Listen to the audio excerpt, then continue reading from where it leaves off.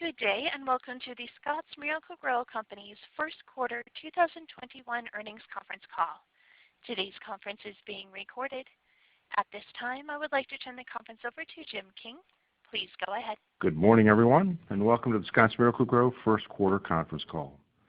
We're taking a slightly different approach this morning as we're managing this call remotely for the first time. In a moment, you'll hear prepared remarks from our Chairman and Chief Executive Officer, Jim Hagedorn, as well as our Interim Chief Financial Officer, Cory Miller. At the conclusion of those remarks, we'll go live to take your questions. Jim and Cory will participate in the Q&A session, as will our President and Chief Operator, Mike Lukemire, and Hawthorne Division President, Chris Hagedorn. In the interest of time, we ask that you keep to one question and to one follow-up. I've already scheduled time with many of you after this call to fill in the gaps. Anyone else who wants to set up some Q&A time can call me directly at 937-578-5622, and we'll work to set up some time as quickly as we can. A couple of IR housekeeping items before we begin. We will be participating in a virtual fireside chat at the Truist Securities Consumer Symposium on February 23rd. The following week, we will participate in the Raymond James 42nd Annual Institutional Investors Conference. And then later this spring, most likely in early April, we intend to host our own virtual Analyst Day event that will feature recorded presentations from several members of our management team, as well as a live Q&A session. The majority of those presentations will likely focus on our Hawthorne segment in order to give you a better understanding of our current business and our future plans. With that, let's move on with today's call. As always, we expect to make forward-looking statements this morning, so I want to caution you that our actual results could differ materially from what we say. Investors should familiarize themselves with the full range of risk factors that could impact our results.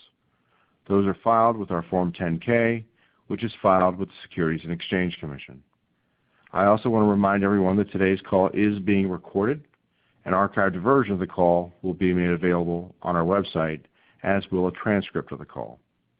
With that, let's get started and turn things over to Jim Hagedorn. Jim?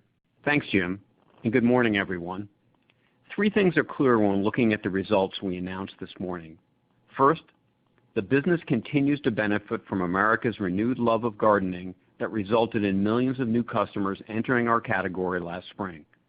Second, that the team is doing an excellent job of execution. And third, and most importantly, we've taken the right steps over the years to put ourselves in the position to take advantage of the moment that's in front of us now. To post a profit in both the fourth quarter of 2020 and the first quarter of 21, quarters in which we have historically posted a loss, is something none of us would have predicted in the past. I've done enough of these calls to know that some of you are already looking to ask about comps we'll face next year. Please don't.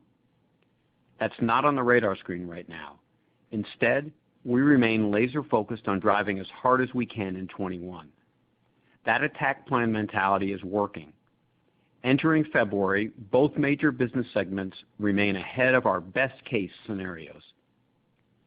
In our U.S. consumer business, sales increased 147%, and consumer purchases at our largest retail partners were up 40% in the first quarter and up 35% entering February. So consumers remain engaged. But shipments are significantly outpacing POS right now as retailers build inventory ahead of the season. As you'll hear later from Cory, we're also building more inventory. If there is upside to our year, we don't want to find ourselves where we were last year and leave sales on the table. But if the upside doesn't materialize, we're confident in our ability to manage inventory levels at year end. Even if we do end up with a little more inventory, I'm okay with that too. It's not just on the cost of goods side where we're making investments. We're increasing our marketing investment with a simple yet aggressive goal in mind: to retain the millions of consumers who entered or re-entered the lawn and garden category last season. We'll do that with focused and hyper-targeted social media campaigns and complement those efforts with traditional media, including our first ever Super Bowl spot. I'll delve more deeply into all of this again in a few moments. At Hawthorne, Q1 sales increased 71%, and it was another period of strong growth across the entire product portfolio. And we're already confident enough to increase our full-year sales guidance for Hawthorne. The strong growth we continue to see is even more encouraging as we make progress on other long-term initiatives too. We've always viewed this business through a long-term lens that is focused on establishing ourselves as a true industry leader by driving value for our customers, the cultivators. I'll elaborate on this point later in my remarks and also address some of the other industry dynamics I know are on the minds of many of you. Corey will provide a detailed explanation of the numbers in a few minutes. First, though, I want to remind everyone that the first quarter is typically a small part of the year. We know we have a lot of work still ahead of us this season, and we are heads down right now and focusing on execution.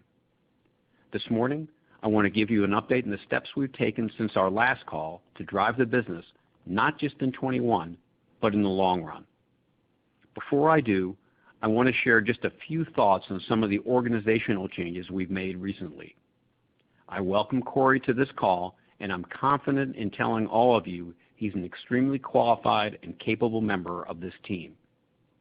As the finance lead at Hawthorne since its inception, he probably knows the nuances of that business better than anyone and has been a true hands-on partner for Chris and the entire operating team.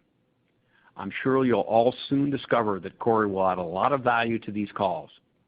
While he's serving as interim CFO, he'll also be a candidate in the search process, which we will conduct over the next several quarters. The rest of the moves we announced last month, with the exception of Randy Coleman's departure, were all part of a long-standing talent management and succession planning effort. One of the most important aspects of a CEO's job, and one that too seldom gets discussed with Wall Street, is around human capital management. We've delivered outstanding results over the last several years because our business has been operating with a higher level of effectiveness. And we've been operating with an unprecedented level of intensity over the last 12 months in particular. Clearly, the company we're managing today is different than 5 years ago. And 5 years from now, it likely will be different again. One of the things that's become clear in the COVID environment is that there will be a permanent change in how all of us work, one that requires a different level of flexibility and collaboration than in the past. That requires us to put a team in place that maximizes our likelihood for continued success. And it also means making tough choices at times. Over the past few months, we've done both. Beginning in November, we made a series of organizational changes that ultimately resulted in the departure of 3 senior members of the team. It also resulted in more than a dozen people being moved into new or expanded roles. They are all part of a diverse group of roughly 25 leaders who we had previously identified as the brightest and most talented people in the company. Our goal is to expand their capabilities and give them a better understanding of the breadth of the organization. We're supplementing their real-life work experiences with a data-driven assessment process that allows them to further leverage their strengths and shore up their weaknesses. In addition to the changes we announced on January 11th, Chris Hagedorn was promoted last week to Executive Vice President of Scotts Miracle-Gro and Division President of Hawthorne.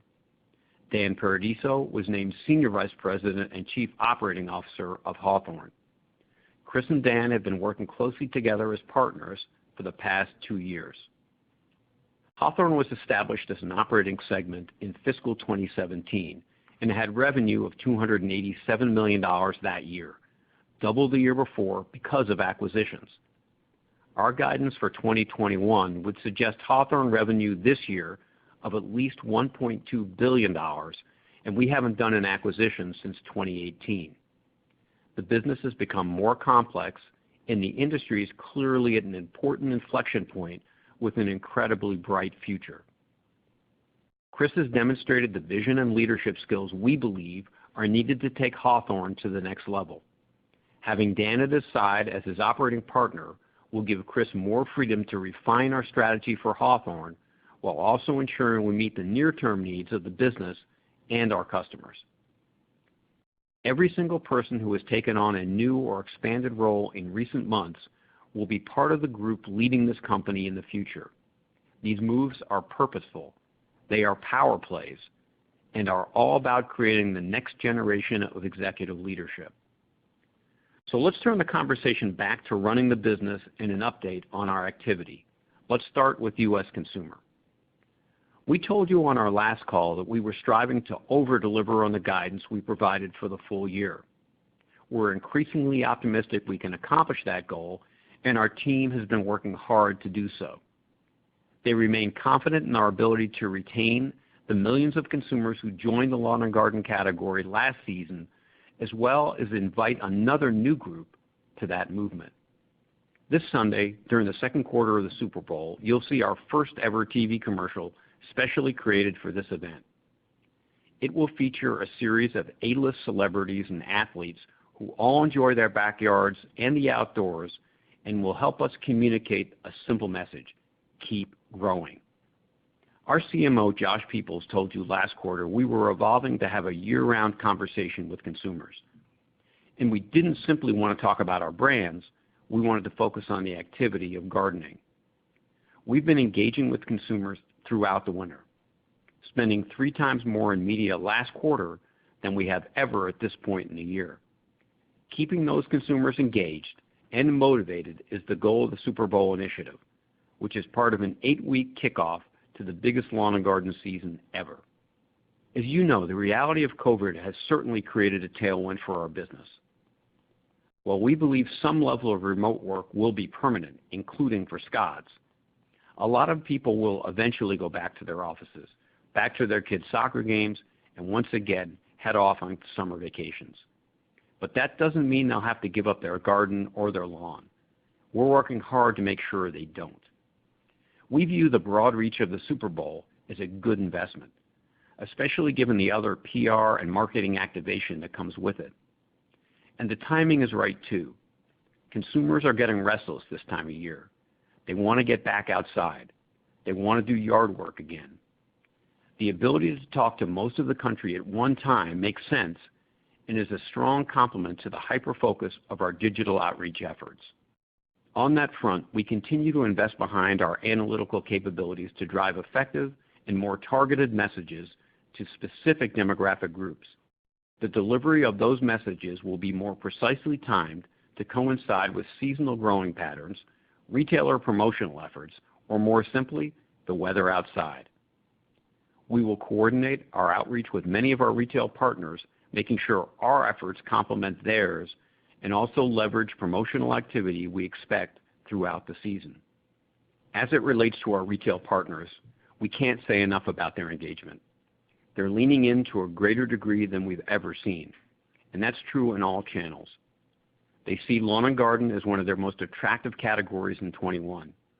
That means greater support for our brands, which is why a significant portion of the 147% sales growth in the first quarter was related to improving retail inventory levels. The pace of shipments remains strong through the first month of Q2. We remain confident that we'll be well ahead of our full-year guidance at the midway point of the year. And as I said earlier, we're increasingly optimistic about the ability for the U.S. consumer segment to grow again in 21. I'll remind everyone that the tough comps don't arrive until May and June, and about half of U.S. consumer POS has historically occurred from May through our fiscal year end in September. As a result, we're going to take a conservative approach before reassessing our current guidance. One more item before I switch gears. We closed on the Bonnie Plants deal at the end of the calendar year and now have a 50% equity stake in that business. This is a big deal for us and speaks to a level of commitment to a category of lawn and garden that we see as critical to our future success. Live goods is what draws consumers into the broader lawn and garden space. It has broad demographic appeal and an emotional component that is different from the other products we sell. Bonnie is the best in the world at what it does, edible live goods. And Mike Sutterer, who leads that business, used to be one of the leaders at Scotts Miracle-Gro. He's done a great job at Bonnie, and I'm convinced the JV between our two companies will drive a lot of value for both. While Bonnie is an on-ramp, especially in the area of edible gardening, there are other areas of live goods that we find just as attractive and like the idea of having a larger and more strategic presence in the overall live goods space. Among other things, live goods allow us to better leverage the native brands we're building like Knock Knock, Lunarly, and Green Digs, which also builds more momentum for our direct-to-consumer efforts. We're willing to accept the fact that the economics of live goods are not as strong as our traditional products, but they are getting better. But that's not the point. As we look to our future, it's a strategic imperative to own the relationship with consumers. To do that, those consumers must view us as a gardening company, not just a gardening products company. Live goods is key to that goal. Okay, let's switch gears and focus on Hawthorne for a few minutes. This is the fourth consecutive quarter in which Hawthorne reported sales growth of at least 60%. While the rate of growth will likely slow in the months ahead, we're still planning to see growth through September. That's why we're confident enough to raise our sales guidance just 4 months into the fiscal year. The growth we're seeing is coming from across the country, with established growers and new ones. It's occurring in more developed markets like California and Colorado, as well as newer authorized markets like Michigan and Oklahoma. It's coming in all product categories as well. Lighting, however, continues to be the biggest driver of growth in North America, up 126% in the quarter. Many of you have asked how we're different than some of the other players in our space that have been successful in going public. I'll tip my hat to all of them. They are solid operators with nice businesses. But our business is different from theirs, significantly. Yes, we distribute products just like others, but we don't view ourselves as a distributor because we don't operate like one. Instead, we operate as a partner to the cultivators who use our products. We know our success requires their trust in the technical solutions that we provide. And we realize that doesn't simply mean buying a light or a nutrient mix at the cheapest price. They need to operate efficiently, to have the best quality and plant yields possible, and to continue improving their own operations. Because of this, we embrace our responsibility to innovate. That's why in Q1 we opened the world's first R&D facility in Canada that's focused exclusively on growing cannabis. That's why we also expanded our R&D efforts in Ohio and Oregon related to the hemp market, which we see as a proxy for the cannabis plant. It's why we're working on new nutrient formulations, better control products, and better cultural practices. And it's why we're also leveraging our world-class talent in plant genetics to develop better plants. A distributor just doesn't do that. Our leadership role also requires us to manage and improve the marketplace and our freedom to operate in it. That's why we're investing more than anyone else to influence the political discussions around this industry, and why our corporate foundation is supporting social justice issues related to cannabis reform. I'm proud to say I believe we've earned a reputation as one of the smartest, most comprehensive, and most strategic companies to have navigated this space, and we're far from done. We've never viewed Hawthorne as a quick way to run up our stock price. Instead, we viewed it as a strategic opportunity to drive long-term shareholder value. To that end, we've had an ongoing discussion for years amongst ourselves and with our board about whether our current corporate structure is appropriate given the potential value of Hawthorne. Right now, we're comfortable that it is. And while nothing is off the table in terms of considering our future options, we're not inclined to make a change unless we see a financial advantage or a business advantage that results in more optionality to grow our business. I'm also not going to sit here and hypothesize on whether the current market valuations for Hawthorne are appropriate. The market will answer that question. But I will tell you this, 6 years after we've entered this industry, we are just now hitting our stride. We've become stronger, smarter, and more strategic. And we have plenty of financial flexibility to invest in the future. What does that mean? It could mean a lot of things.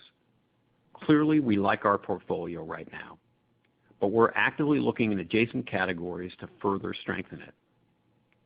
We also may look to acquire capabilities we don't currently have that improve our knowledge base or skill sets in areas, for example, like plant genetics.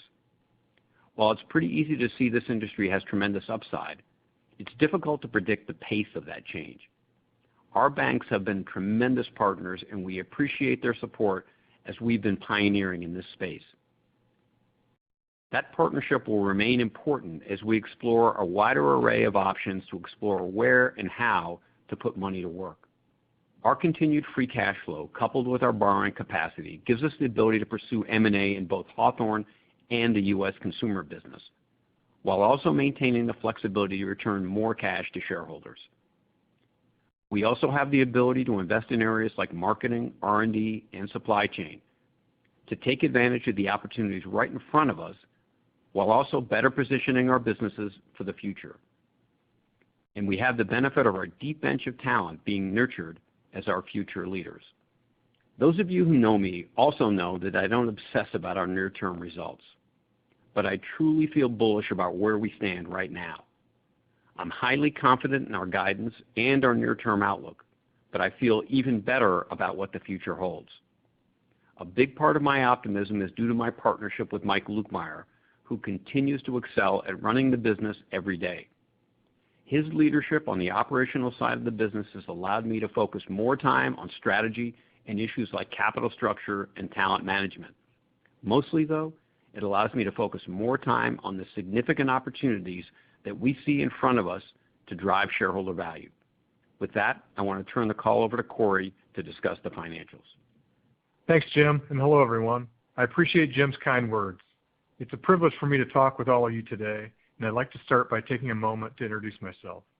While I've been the finance lead at Hawthorne from the early days of that business, I've been at Scotts Miracle-Gro for over 20 years in various finance roles.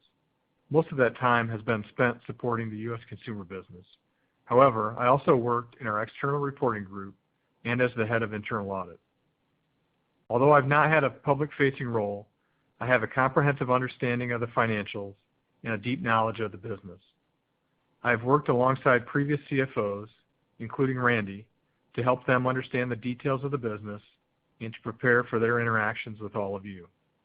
I want to take a moment to acknowledge Randy myself and to thank him for his support and mentorship.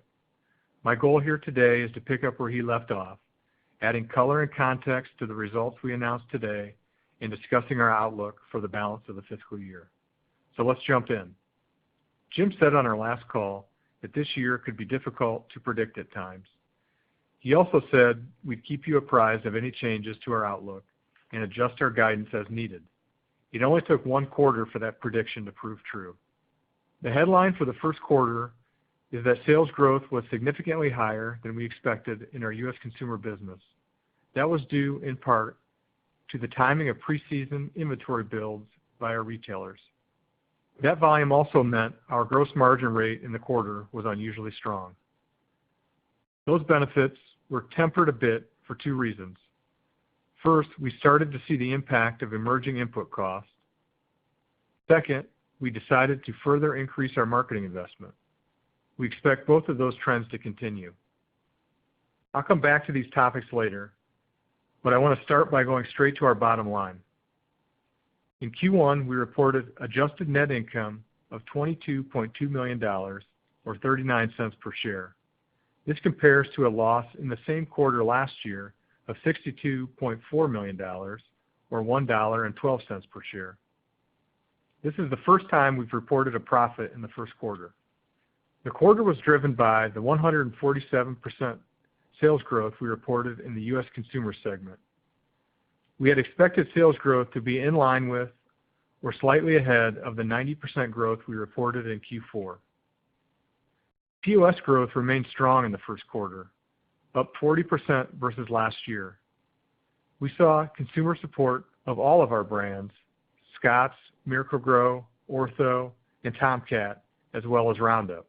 What we underestimated in Q1 was the magnitude of preseason inventory build by our retailers. Throughout the quarter, but especially in December, retailers aggressively stepped up their ordering. While a positive indicator of retailer commitment, we are assuming for now this represents a shift in the timing of sales between quarters rather than a full-year increase in sales. One other item to note is that the fiscal calendar shifted this year. As a result, there are 5 more days in the first quarter and 6 fewer days in Q4. The impact of that shift was worth about $24 million in the U.S. consumer segment in Q1. At Hawthorne, the 71% sales growth was led by a 77% increase in our North American business. We saw triple-digit growth in markets like Oklahoma and Michigan, which were up 178% and 133% respectively. Sales increased 80% in California. Hawthorne also benefited from an additional 5 days in the quarter, which impacted the top line by $17 million. North American sales of our own brands like Gavita, General Hydroponics, Botanicare, and Can Filters, which we call signature brands, were up 97%. Sales of distributed brands grew by 47%. Signature brands are expected to approach 70% of total Hawthorne sales this year.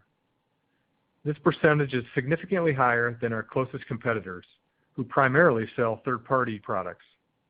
Our improving mix is due in part to our continued strength in lighting, which is driven by a firm commitment to R&D. Mix also remains aided by SKU rationalization that became easier to execute with insights gained by launching SAP last year. From a product category perspective, North American hydroponic lighting grew 126%. Growing environment products were up 83%.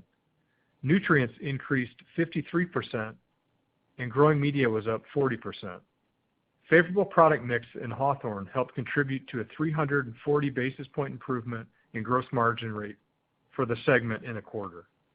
However, fixed cost leverage was the primary driver of rate improvement for both Hawthorne and the U.S. consumer segment. In fact, it led to a nearly 1,200 basis point improvement on a company-wide view to 26.7%. While the gross margin rate is off to a great start, the Q1 result is not representative of what we expect for the full year. The fixed cost leverage is due primarily to warehousing costs. The doubling of sales volume in the quarter meant warehousing was a significantly lower percentage of overall costs in the first quarter than normal. This benefit will reverse in subsequent quarters. Let's move on to SG&A, which was up 31% in the quarter. The single biggest increase was related to the timing of marketing spend. However, we are planning to increase our marketing investment for the full year to a higher level than what we communicated back in November. Still, though, we continue to expect SG&A to decline in aggregate for the full year. Segment profit at Hawthorne is a frequent area of questions, so let me address it proactively. As you saw in the press release, segment margin in the first quarter, which is based on EBITDA, was 13%, or nearly double a year ago. This is an area where I was particularly focused while working inside Hawthorne, and I'm pleased that we're making real and lasting improvement here. Jim and our board have been appropriately patient in allowing Hawthorne to get to the right level of profitability over time. If we force this issue tomorrow, I'm confident there's at least another 200 to 300 basis points of segment profit available to us.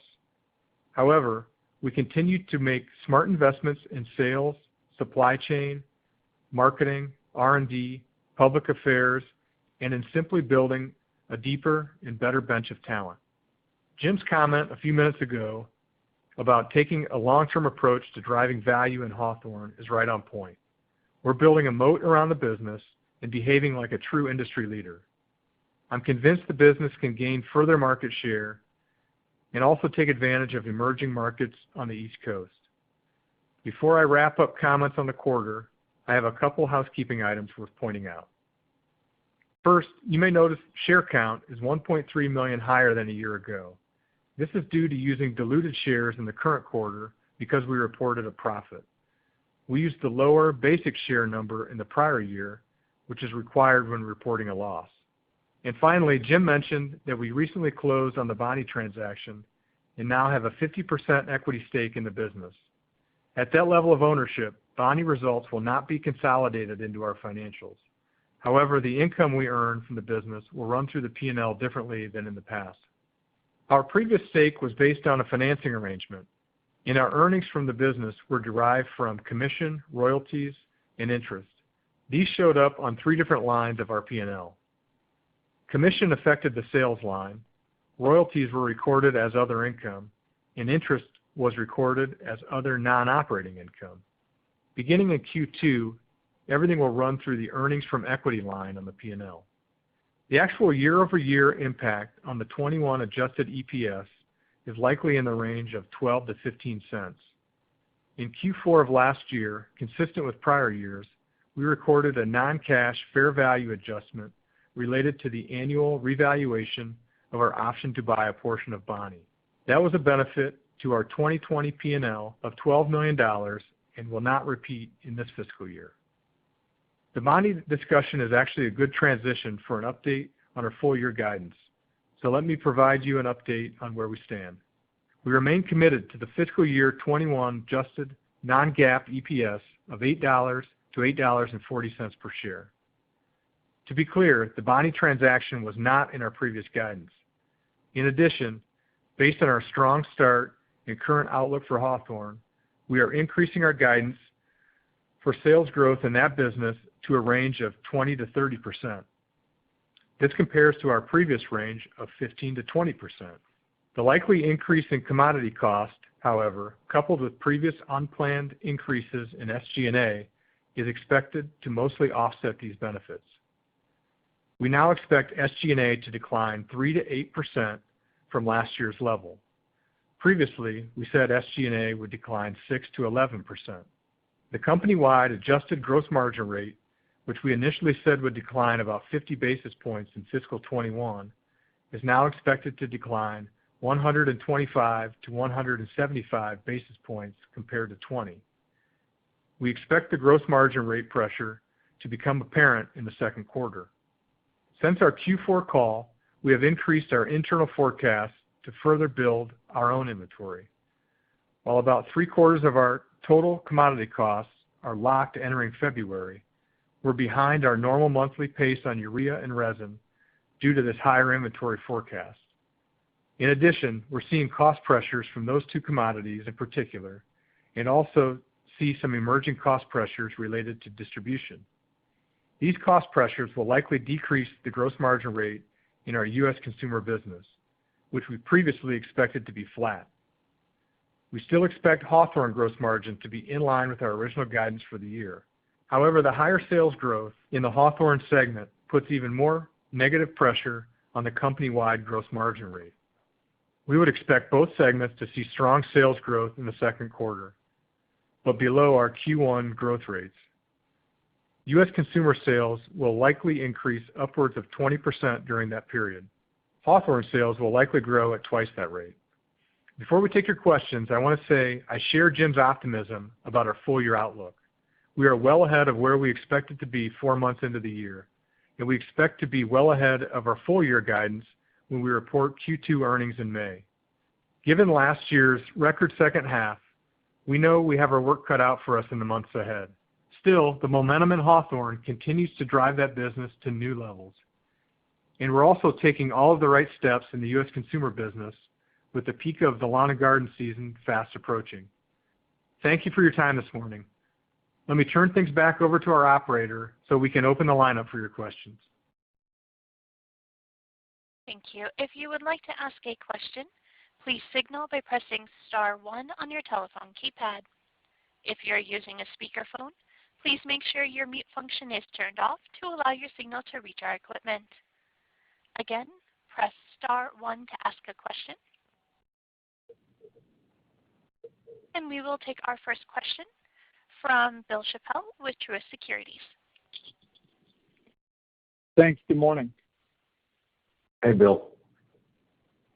So just help me understand a little bit more on the gross margin kind of bridge and how it works. I mean, I think I'm right in saying typically you're locking in 75, 85% of your commodities by September, October, then going to pricing agreements with the various retail customers in November, and then so you're pretty well set, good visibility as you go into the next year. But it sounds like, I guess there was a decision made to step up, the amount of inventory to capture, which I totally understand, to capture what could be another big season, and to hold on to those customers.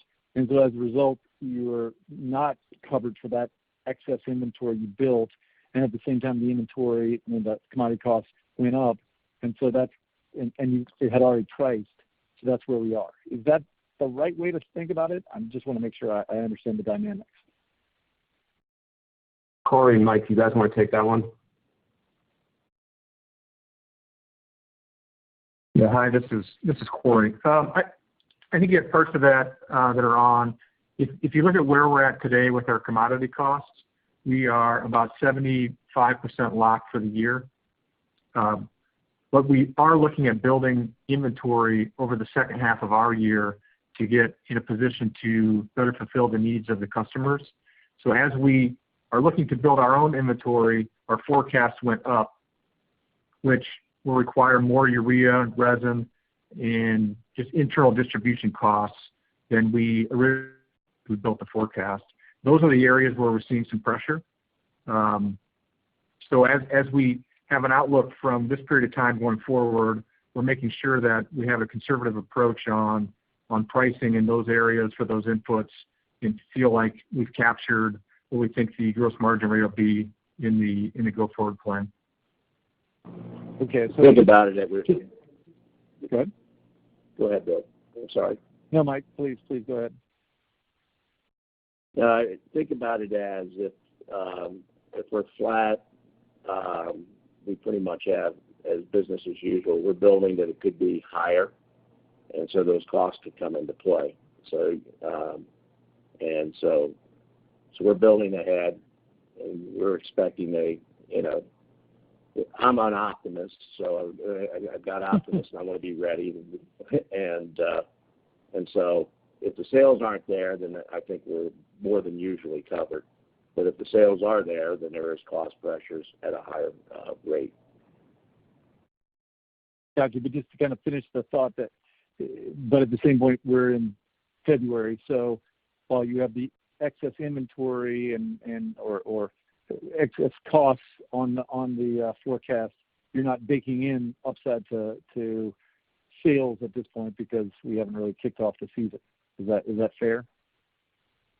That's fair. Okay. But those pressures are out there as sales would increase. So, Bill Hagedorn here.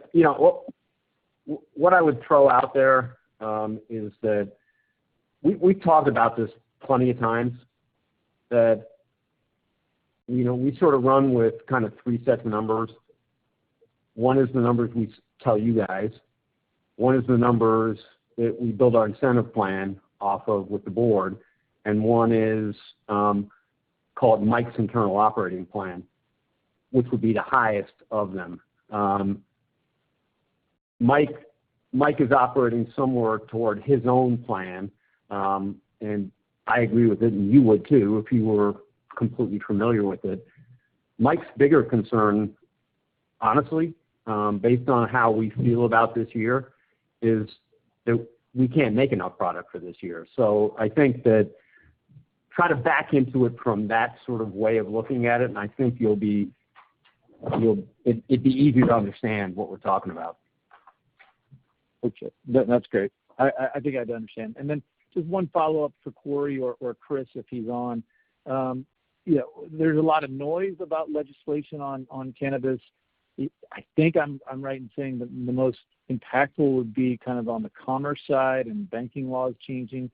So can you maybe give us your thoughts of if we do see something over the next 2-3 months, when would you start to see any benefits, or would you see benefits from that this year?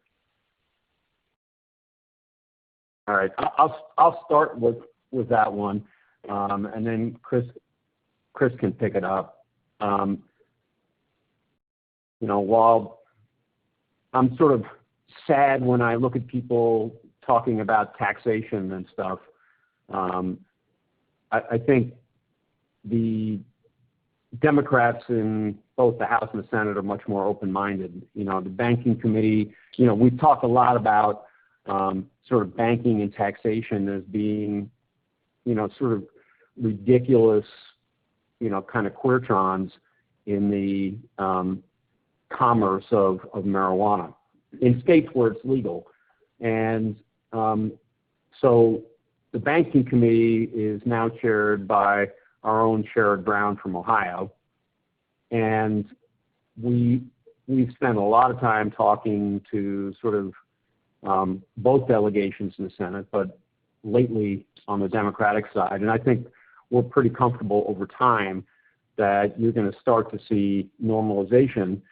And we talked a lot as we prepped for the calls, like, what do you think about sort of the environment? And I think, as usual, the politicians are the last of the party. That when it goes to the people decided. New Jersey was like 2/3 of the voters were in favor. So we do think things are getting more positive. It is hard to predict sort of the glacial pace of politicians for whatever reason they have. But it would be a gigantic benefit to this industry if they were taxed and they, as a normal company and could bank like normal businesses and have access to credit, et cetera. The question of when sort of state laws change until we start to see benefit is a question I know Chris spends a lot of time sort of talking about. Hey, Bill, Chris here. So as Jim said, it is something we think a lot about and we pay close attention to, looking at, states that have changed their legislation and then doing postmortems on when our business starts to see some impact. Typically, it's about 12 to 18 months from laws passing to the regulations being put in place, and then us ultimately seeing an uptick in our business as cultivators start to build out. So that's the timeline we typically operate on. So again, if you say, look, the laws changed in November, you run that out a year or a year and a half. As far as the taxation and banking laws that Jim talked about, look, obviously those are going to be huge benefits, and it's something that we're lucky enough we've got some scale and some influence to actually get in the rooms and talk to legislators and real change makers. It's an outrage, frankly, that cultivators who choose to follow the rules are penalized by a crippling tax rate the way that they are under 280E. It's something that we're going to push hard to see changed. As Jim said, predicting the movements of the federal government, I think anybody right now would say it's a pretty unpredictable landscape. It's easier at the state level, but obviously that's not where we need to see quite as much change. So we're going to continue doing what we can, but it is a difficult thing to predict. Well, and just two things I'd add. Number one is, I think the benefit of where we've invested is we don't have any of these issues ourselves. This is really, we're talking for our customers here. On the selfish side, we would be investing probably differently in this space if the laws were different. And so we're very optimistic and hopeful that the government gets around to making this a priority and dealing with it for all kinds of reasons. Great. Thanks so much. We'll take our next question from William Reuter with Bank of America. Good morning. First question is, I didn't notice any free cash flow guidance. Previously, it had been $325 million for the year. Is that the same, or will input cost inflation and inventory build that's going to be a little more aggressive reduce that number? Corey, why don't you take that one? Yeah, the free cash flow guidance of 325 is what is currently out there today. We're going to confirm that guidance going forward. And as we look at the consumer takeaway of products, as we look at what we ship into different customers and the inventory required to hit those service levels, we'll continue to weigh the inventory levels that we have against any pressure that we might see on that cash flow number. But if we get in a situation where we're building that inventory, sales are probably in a really good spot as well. So we'll be weighing those things against each other. And we'll talk more on guidance as we roll into the May call. And then on Jim's comments around M&A, you mentioned plant genetics. Previously in the last call, you said that any M&A would probably not be that large or wouldn't increase leverage substantially. Are there some targets there or other targets that may have changed that outlook and that M&A could be, I guess, larger in scale than we previously expected? Look, so Jim Hagedorn here. Good question, and fair enough. We went through a process a couple of weeks ago, just sort of saying, there's a lot going on here. What's our kind of our own capital situation, and what are we looking at for leverage, et cetera. And based on everything we know and where we think the business is going to come in, even if we say we have a fairly robust pipe of M&A opportunities at the moment, on both the Hawthorne side and on the consumer side, plus, shareholder friendliness, call it roughly what we did last year. We came in kind of right where we expected to and wanted to be, and what I think we previously told you guys, which is below 3.5 times on leverage. That's based on what we think the business is doing right now. So I think we're in a real good place from a opportunity point of view. We're already in Q2, and I think we're going to look to time anything that would be meaningful, into sort of the second half of the year, so we have a lot more visibility. Just like the question you asked earlier, which is how's free cash flow looking. So I think we're not looking to get too far over our skis, but I think we have a pretty robust pipe on both sides of the business, and even the ability to be, approximately where we were last year on kind of call it shareholder friendliness, probably mostly looking at a special dividend. So, but that's not final yet. That's what we're in discussions with amongst ourselves and with the finance committee of the board. But, I think we're probably leaning more toward, excess money going into a special dividend than share repurchases at this point. But that, again, not decided. So I think when it came down to it, we're not looking to overpay. We feel very comfortable where the business is and that there's upside, and that we've got money to do anything we want, and that we have a really good eyesight, I think, to things that we think were exciting and would be good for this business for the future. Very helpful. All right, I'll pass to others. Thank you. You bet. Thank you. We'll take our next question from Joe Altobello with Raymond James. Thanks. Hey, guys. Good morning. I want to go back to the SG&A guidance for a second, and I guess the increase from your previous guide, or lower decrease, I should say. Is that all marketing? I guess number one. And number two, if it is, can you help us understand, how your thinking has evolved in the past 3 months? Is it simply that you see a greater opportunity this year and want to capitalize on it as much as you can, or did that come through conversations with your retail partners, or both?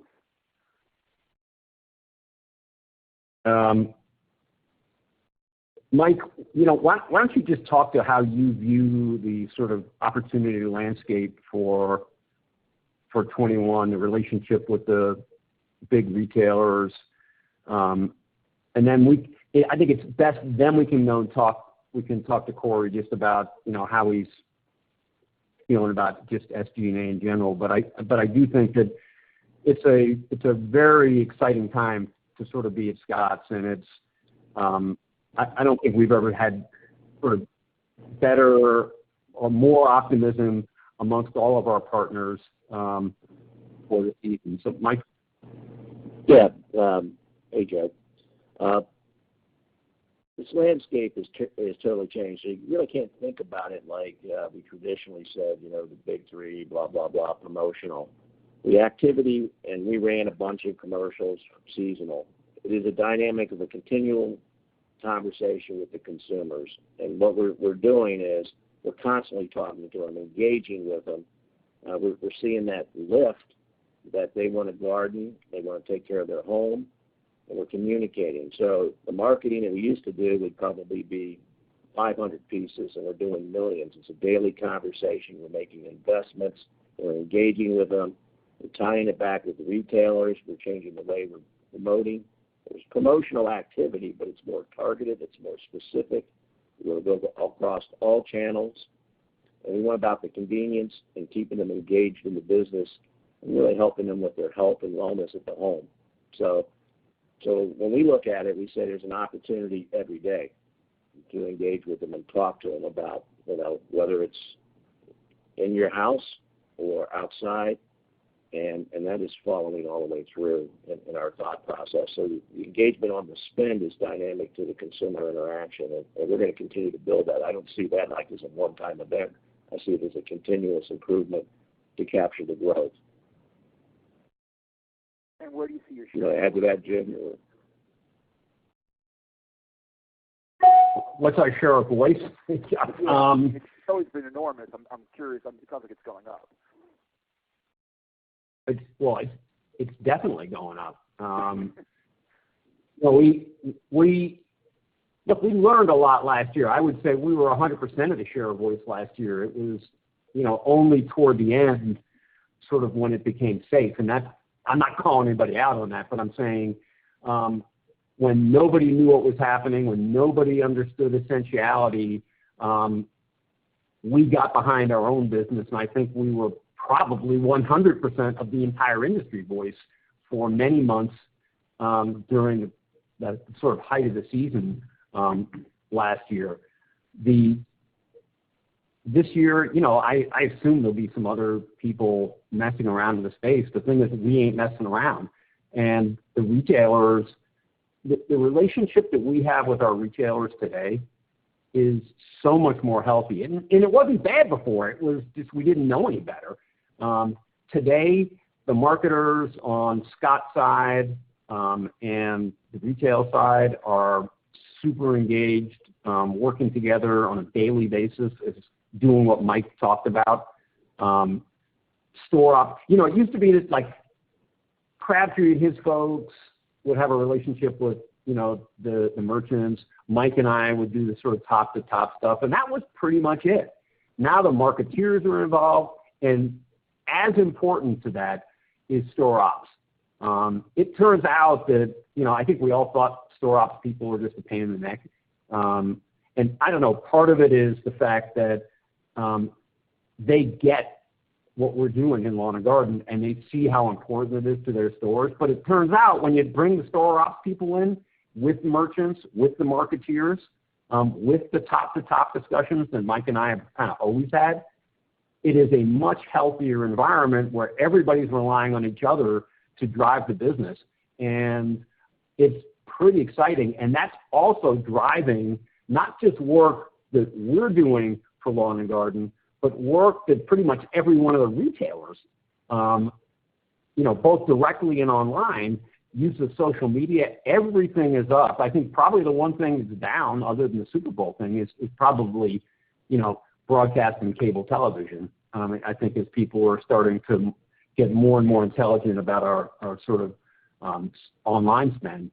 But, it is 100% different. But for sure, we are, Mike is operating on, a very aggressive point of view. And I think it's the right thing to do. If you look at our sales forecast, the original sales forecast, I think for consumer was like 0 to -5.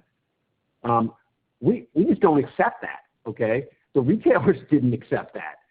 So the question then is, what are you going to do to make sure that's different? And, when I talk about my relationship with Mike and the operating community, this is what is really, good for me.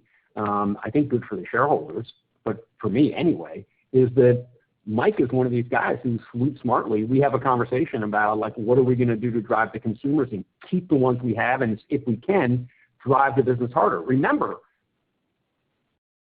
our view is, I mean, it's a slightly different number than you've heard before, but I think it's thoughtful and refined, is we think between Hawthorne and Scott, you know, all of the consumer side, that we probably lost nearly $300 million in sales last year that we couldn't ship. And so there were no retailers effectively really promoting, you know, other than some of the hardware chains, and we give them a ton of credit for that work and their bravery, you know, in the face of what was an unknown.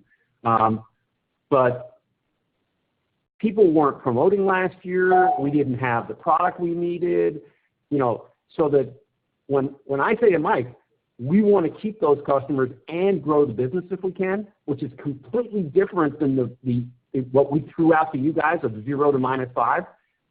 That's when we talk about Mike's operating plan is quite different and very aggressive and not so committed that we can't correct if we don't see everything coming together.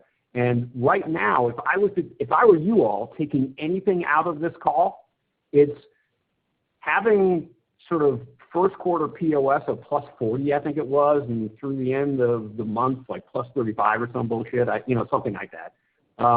What do I think? It gives us a lot of faith that the consumer's not going a different way than our plan is at the moment. So you do see a lot of inventory build, but you're also seeing, particularly, and I'm talking currently, where the weather's good, you know, Florida, Southern California, et cetera, very excellent POS sales or, you know, growth. And so it's a pretty exciting time. It's a good question. You know, Corey, I don't know if you want to put it all together in a numeric form, what's happening with SG&A for the year. Yeah, thanks, Jim. Hi, Joe. Looking at SG&A changes that we have, the vast majority of the increase is going to be in media and marketing. We do have some additional dollars that we're looking to invest in real-time analytics to help us improve on our media and marketing efforts, as well as some improvements in our supply chain and our sales team.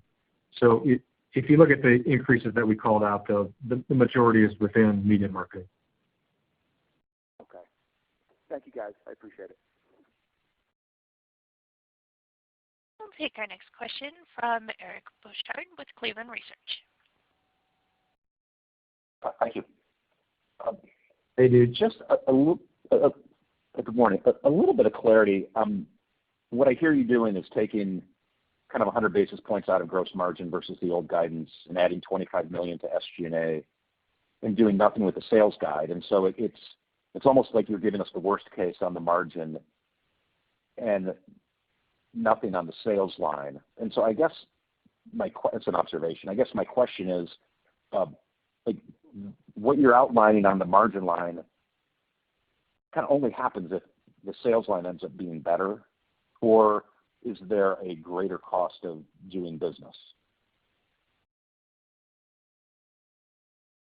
Oh, dude, that is a very complicated question. If I'll try to be as honest as I can. When we just remember where we were when we set guidance for 21. Nobody knew where we were going to be with COVID. We never had a bigger difference, at least since I've been here, between kind of our internal numbers and the guidance we set for the street. And we felt that was necessary, given everything we did not know, okay? And, by the way, it still produced an excellent number on the earnings side. So, you know, that's kind of how we justified it to ourselves. You know, if you look at the Hawthorne business as an example, you know, they just keep blowing through the numbers. And so we basically had no choice but to sort of come off the Hawthorne top-line number for the year just because it was going to become impossible to defend, okay? We're close to that on consumer. We just didn't quite bridge it. We spent a lot of time internally talking about it. And so part of what you're seeing, Eric, is the conflict that was sort of always there but not that obvious. It's going to become more and more obvious as we go through. But remember why we did it. We did it because we didn't know so much, and we didn't want to underdeliver when we could basically promise or at least guide to what we thought was a superior result without much growth. And we thought, and again, so that gap was huge. We couldn't sustain that conversation, I think, logically on Hawthorne, but I don't think we've raised the earnings number for it. I think we just said, watch out on sales gross margin or something. I think that was just, but it's more trying to maintain kind of where we are and keep people, I don't want to use this word because you're one of the best guys out there, dude, if not the best. And when it comes to understanding the business. So I recognize the challenge here. Like I said, we were close on the consumer number of saying, so I think that if you read carefully the script, what you'll see is that we're increasingly optimistic, kind of we blow through the top end of that range. I think that's roughly the words that are out there. And we just don't really want to change our cash flow numbers and our EPS numbers yet until we have a little more visibility. So, your question gets right in the middle of that to say, I kind of can't help you on that but I recognize, the challenge of it. To some extent, that's what you get paid for, is to kind of listen to our nonsense and see what you make of it. But I think you're right, if that helps. Okay. Second, a bit unrelated, in terms of promotions last year, the retailers backed way off. The sales were good. What is the current plan or expectation in terms of their engagement promotion this year? Does that matter for your profitability, and what do you think that means for the influence that has on volumes in consumer in 21? Oh, dude, I think it's gigantic.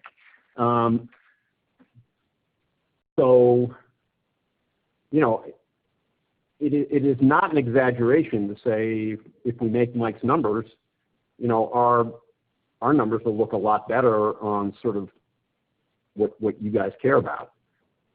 So that I think is kind of a truism. So if you move to that and say, where are the retailers? Are they leaning into this? Dude, it's insane.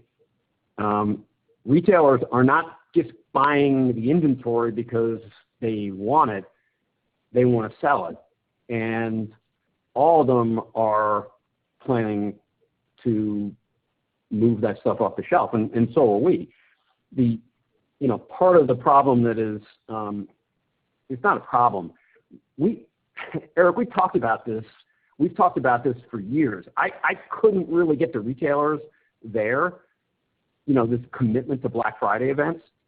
But we've talked about this on our calls, which is that if you look at Black Friday events, they're extremely costly. They tend to be early in the season, and we tended not to get the weather we wanted, so that we did them. They were not that effective. They really messed up margins. And, mostly, I think, for they were costly for us, but they were also very costly to the retailers from their margin point of view. I think there's a much more sophisticated view of promotion today than there was then, and a lot of it comes out of what everybody learned in COVID. But I think there is a very robust and sophisticated marketing plan that goes behind all of the retailers.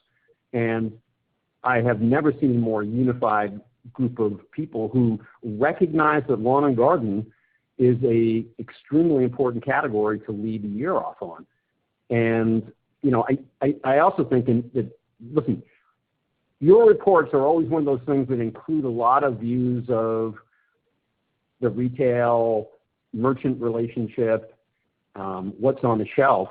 My understanding is that there is, it's challenging to get a lot of the offshore sourced patio stuff. And so I think our space has also improved because our product is available. And so, I don't know, Mike, anything you disagree with that I said there? No, I think they're a lot more sophisticated on targeting and the amount of people in the stores, and but they're going to promote, Eric. It's just going to be differently. It's going to be more effective, and they learned a lot this year. So, and I think it'll be better for both. Okay, that makes sense. Thank you.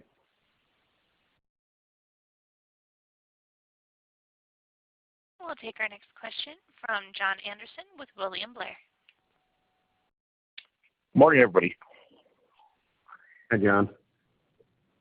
I wanted to ask about the newer consumers or households you've acquired since the start of COVID. How much do you know, or what have you learned about these new or kind of re-entry consumers and their commitment to the category? And I'm asking just to try and get at, what gives you the confidence or the degree of confidence you have in keeping them, post-COVID. I'm going to say a good question. Mike, you're going to take this once I get done kind of spinning it a little bit. If you look at our numbers over the past few years, and we're spending a lot of time internally as a management team and with our board talking about sort of the basic assumptions that are in our incentive plans, et cetera, and kind of what they were designed about. But, when we're in the last year of that multi-year long-term incentive plan, and it's going very well if you're a participant. But if you look at the assumptions, we looked at the consumer businesses as being kind of a 0 to 2% business, and we looked at live goods and hydroponics as being sort of 2 to 3x that. So if we could diversify into some faster growing categories like live goods and like Hawthorne, we thought that was good. What we've seen, and this is before COVID, so this is in the couple of years leading up to COVID, is that, everyone thought that young people were going to stay in sort of metropolitan areas and they were going to live in apartments and condos and they didn't want a yard. And, it was Craig Manier, I think, was the first one who told me, dude, those metrics are bullshit. Nobody knows more about sort of homes, I think, than we do, Jim, at Depot. And we started looking at those numbers, and we said, we see a lot of growth. And then we started hiring demographers to look at that, and we saw it in our own numbers, is that 0 to 2 became kind of 3 to 4 or 3 to 5. And so this is prior to COVID, okay? And so I think we started seeing a turn like what Manier was saying, even before COVID. What is clear in COVID is that people value the home experience. They value a yard, the ability to be with their families, everything that kind of we're about, more so. And that if you look at the demographics of whether it's AeroGarden, I don't know, Chris, AeroGarden sales for this last period? For the year, they're up over 100%. So, AeroGarden, indoor growing, younger people, plus 100%. If you look at the sort of indoor, just in general, it's higher. If you look at herbs and veggies, younger, pretty significant commitment. So, what do I think? I think we're actually being attractive to them. There is the question, which gets back to this whole thing with Eric of saying, can we retain these customers? That is the challenge that we're going through for. I don't think what you would find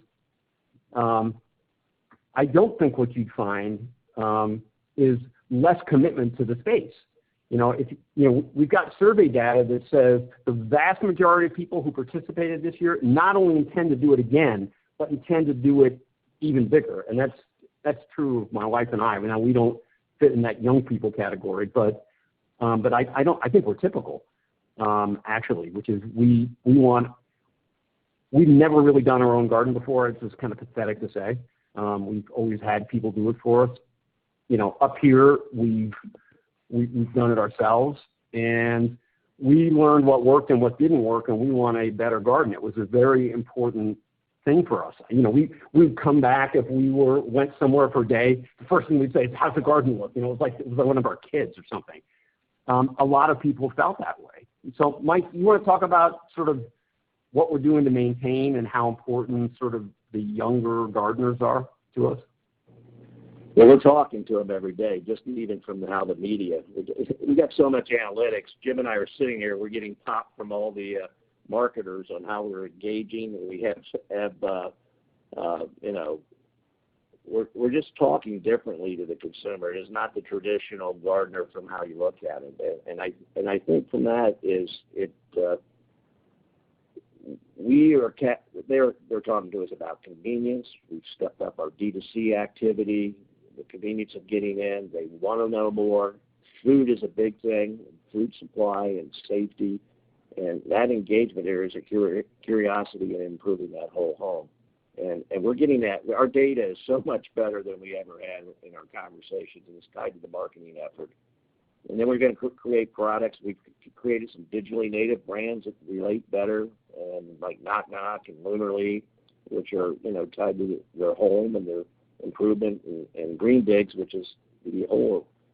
Think about your home, a plant in your home and how it affects the cosmetics of your home and improving your design. So we're so much more engaged and in tune, and our innovation is tied and our communication is tied to those people more so than ever.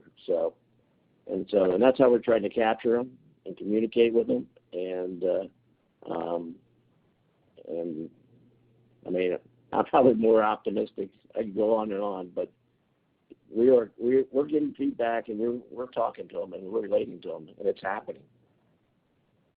Yeah, thank you for all the color. It makes sense to me. The reason I asked is, when you work in your yard, you build a garden, there's a certain level of commitment, and there's a certain level of, benefit you derive from that, which would seem to have a longer tail on it than, perhaps, some other kind of product purchase or activity.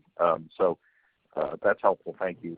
The second question is on Hawthorne. You touched on this a little bit, but I'm wondering if you can talk about, your signature brands, and, it sounds like you're moving that part of the portfolio, or expect to move it to 70% of the business. Where has that been historically? Where do you think that goes in the future? And then on the margins in Hawthorne, 13% or so from a segment margin perspective this quarter. What kind of longer term objective do you have for profitability in that part of the business? And is your commitment right now more towards, let's say, if I had to give you a question around, sales growth through aggressive pricing versus, profit expansion through more rational pricing? If you could talk a little bit about how you're weighing those objectives. So again, mix with the signature brands, margin objectives, and just kind of competitive positioning. Look, I'll start and hand it over to Chris. I think that we do distribute products. We have some very important partner companies that I want to assure, we're not looking to shoot them in the head. where we distribute. I think where we view as our kind of key pillars, our view is we can rationalize the line, and so some of those activities we're going to own. But I don't think there's any surprise, and I think you can look at our business and see where that is. In regard to kind of the advice I'm giving Mike and Chris, I call it a slightly more competitive environment out there than has been in the past. I think largely, there's other smart people who are looking at sort of valuations out there and saying we should participate. So, now I'm not afraid of that at all. This is not like we're, oh, poor us, it's competitive. But I think that my bias toward them is, I think, I'm probably still biased a little bit this way, and I have a lot of salesmen in me, I think, is toward growth.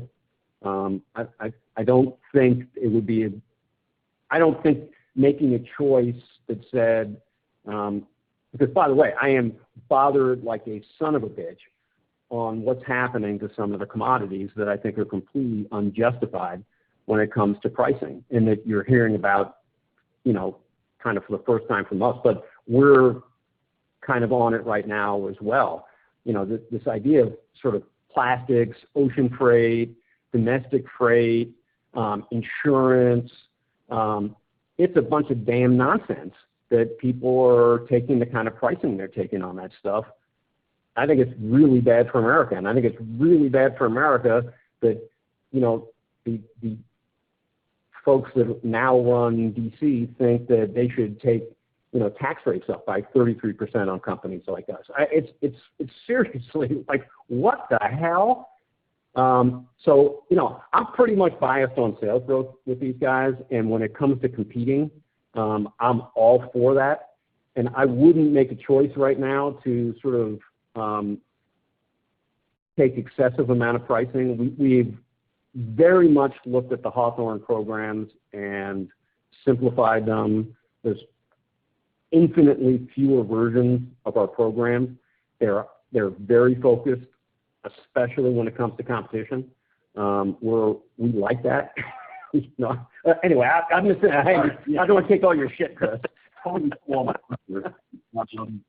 right, so look, he already said most of the stuff I was going to say. No, it's cool.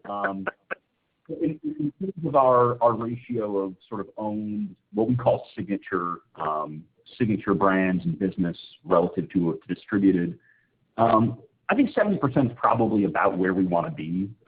It's probably about 20 points higher than where it's been historically. Now, one thing to bear in mind here is that Hawthorne, until the Sunlight Supply deal 3 years ago, we weren't a distributor at all. All we sold was our own product. So coming into Sunlight, what is now sort of our distribution kind of hub for Hawthorne, we've been transforming that business into the business that we want it to be, not the business that it was. And I'd say we're probably not done with it, but I think we're getting a lot closer than we have been. And look, there are certain categories that, for whatever reason, whether it's just the type of business is outside of our wheelhouse, we aren't good at manufacturing it, whatever.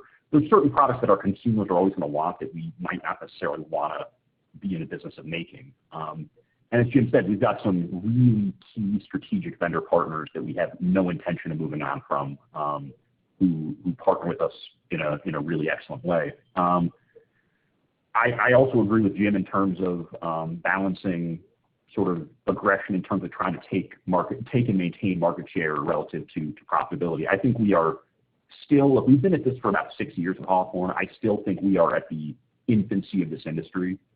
And I think a bias towards being aggressive in maintaining or taking additional shares where we need to be. I do think we can a little bit have our cake and eat it too here, where as we continue, as Jim said, we had over 20,000 unique promotional programs, and that was largely something that we inherited from both all the businesses we acquired and Sunlight, where all of them had unique deals with individual dealers, with individual retailers.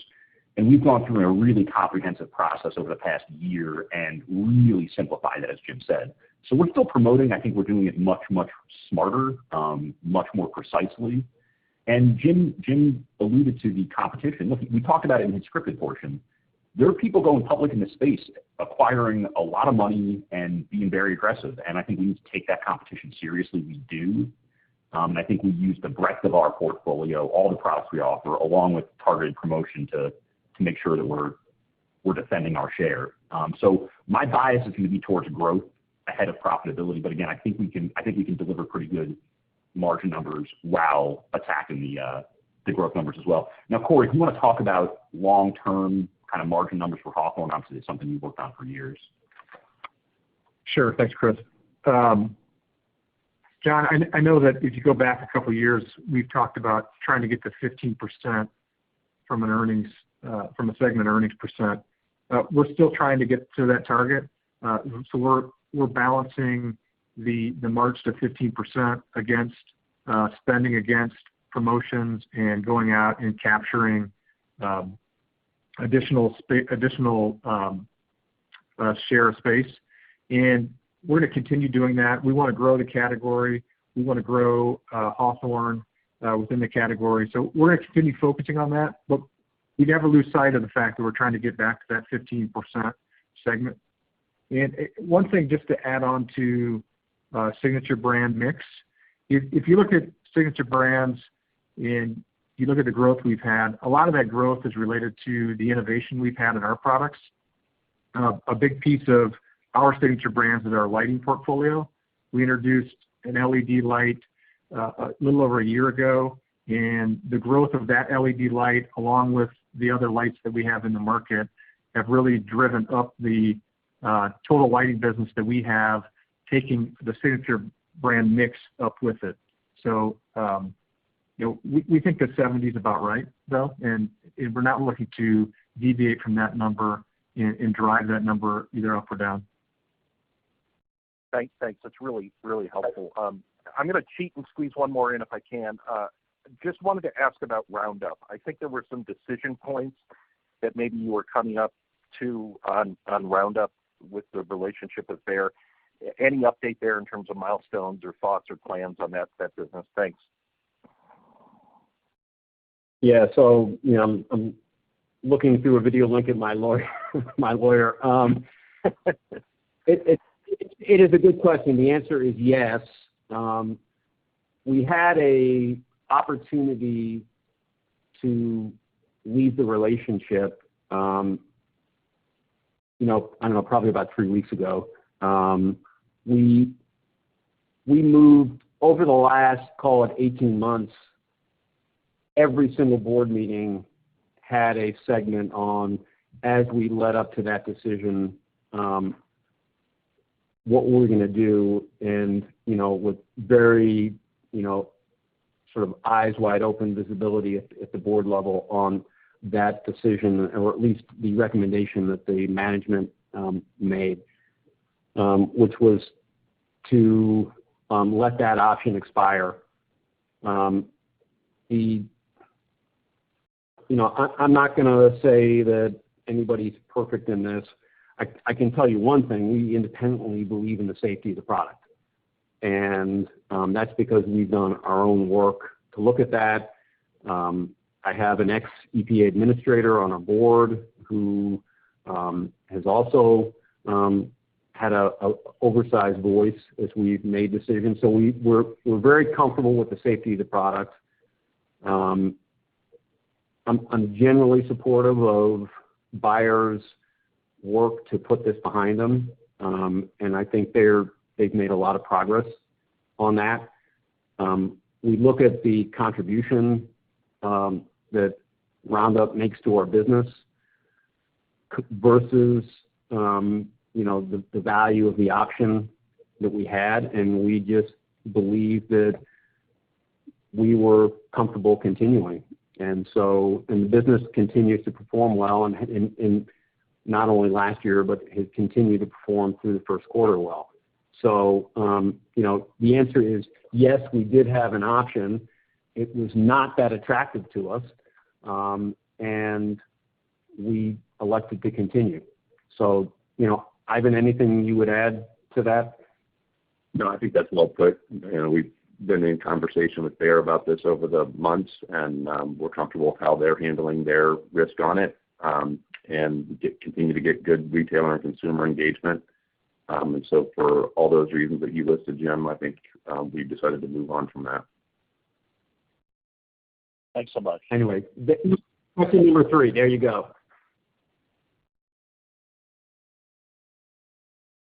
We'll take our next question from Alex Miracle with Berenberg.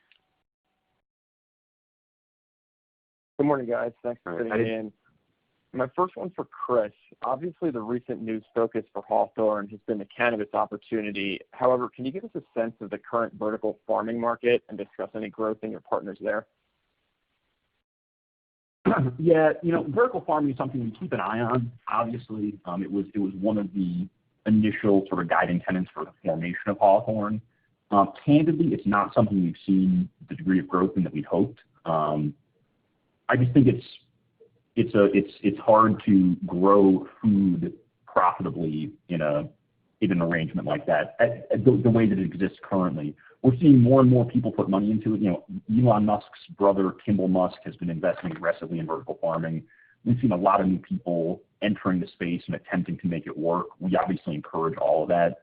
A lot of the products that we've launched, while they are focused on our development and our marketing is focused on the cannabis sector, they are applicable for and are used in vertical farming operations. Right now, I don't think it's a very material part of our business.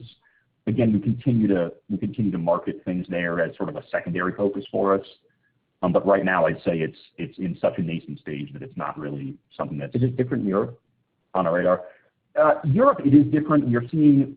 I'd say it's different in Europe, less for vertical farming operations than it is just indoor food production in general. That is really what our European business is kind of centered upon, and we're seeing good, strong growth over there, particularly in our lighting business as we continue to see more and more greenhouses for food production built out. But here in the U.S., I think we're still at too early of a stage to really say. Okay, that's helpful. And then shifting gears a little bit, how will you be assessing the return on the Super Bowl commercial investment versus other marketing you've done in the past? I mean, it's clearly the most watched broadcast annually, but I'm just trying to see how the audience overlap significantly differs from the normal targeted ad spend coupled with people just walking into retailers and seeing products prominently displayed. I guess I'll take this. I'm not the hugest expert on this.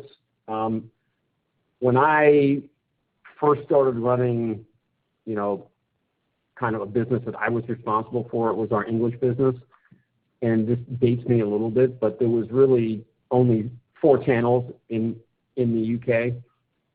2 of them were BBC channels with no commercial TV, then 2 ITV channels, kind of one with normal programming and one kind of educational TV. So it really meant that there was really one prime channel.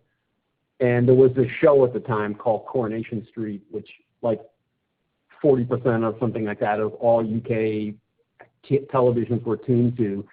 And it made for an extremely efficient buy. The Super Bowl has those kind of attributes. You have just a real high viewership. I think demographics are, a lot of what we like, actually. I think there are young people, a lot of guys. So, for certain parts of our business, it's important.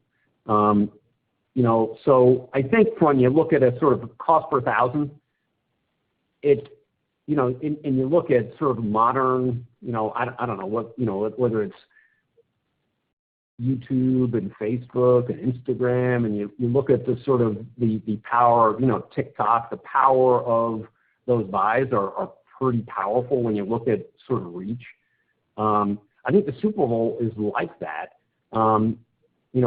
We typically tended to spend on sort of basketball a little bit later, March Madness kind of stuff. We didn't really graduate to that, the size of that audience. But what we're trying to do now, and with the retention of what we want for new consumers, existing consumers that we had last year, that we viewed it as something worth doing. And what's interesting about it is that the activation that goes behind it is like 8 weeks long. It's got like a sweepstakes element to it. Each one in the talent, sort of people that we have brought in, which are all really interesting. We can market toward each one of them, and each one of them has kind of different demographics. And I think it fits in well with what we're doing now. People were flashing stuff at me, trying to get me to read. Stop. Okay. So I think that it's a very interesting way for us to sort of attack our issue this year, which is retention of people who join. And it fits in well with a lot of the social media work we're doing. And,